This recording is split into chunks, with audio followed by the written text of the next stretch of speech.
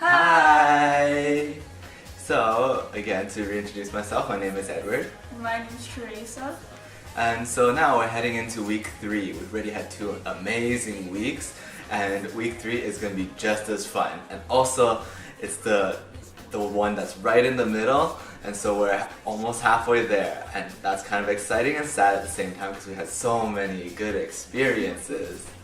And so for this week, our field trips are...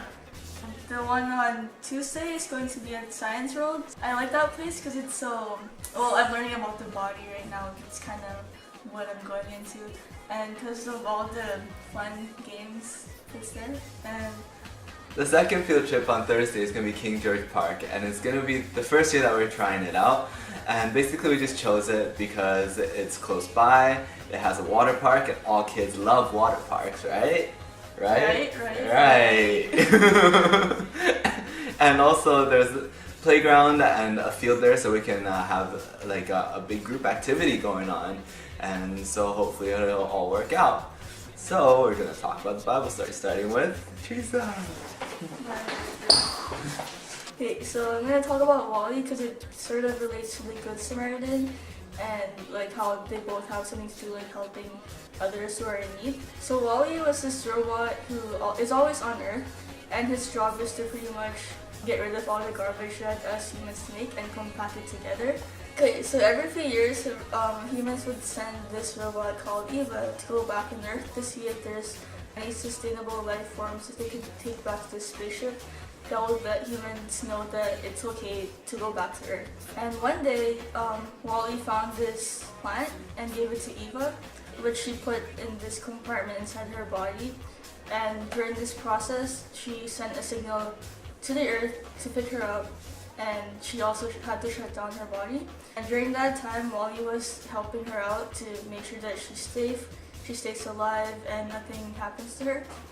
And this relates to the Good Samaritan because it's both about helping others who are in need, and it's also space themed. I'm not entirely sure of what I want to do in the future, but it has something to do with helping people in need.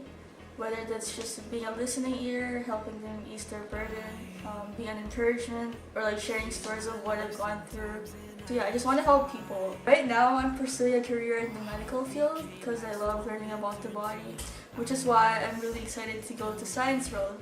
I don't really go there that often. The last time I was there was during Sonshine day camp, I think. Yeah, and before I actually wanted to be a nurse, but then over the years I realized that I don't like working with needles and blood and anything like that, so that's off the list.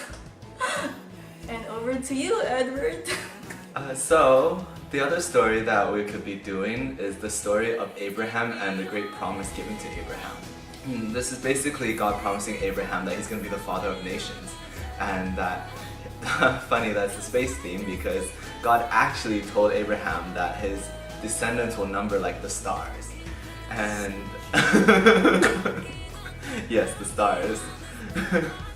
This kind of reminded me a little bit of a movie that I watched before called Apollo 13. Actually, this shirt is for Apollo 13. My family went down to Kansas and went to see the space center there, and we got to see the actual capsule. Now the thing about Apollo 13, if you haven't seen the movie, Apollo 13 was, I guess, considered a failed mission, but they weren't quite a failure. What had happened was, as most of you may know, Apollo 11 with Neil Armstrong and Buzz Aldrin landed on the moon. Apollo 13, 2 missions afterwards, was supposed to go to the moon, yet they never made it there.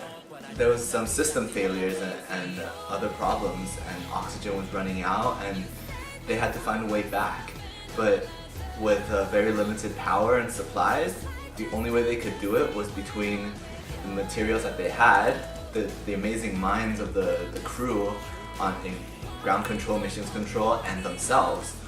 And through working together, cooperating, coming up with different ideas, they managed to find a way to, I think, use the moon's gravitational pull to slingshot themselves back to Earth, and they made it back.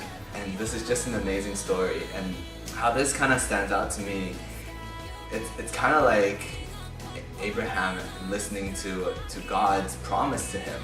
God promised him all these descendants, yet Abraham's wife was barren, and they didn't know what to do, and they tried all these different things by themselves to try and fulfill this promise. A lot of it didn't quite turn out the way that they expected. But in the end, God was faithful, and they were faithful to God as well. And because of that, Abraham ended up actually becoming the father of nations. And in the same way, the crew of Apollo 13 had to listen to ground control and work together. If they just worked by themselves, there was no way that they were going to get back. Because under the circumstances, their emotional stress would be high and everything.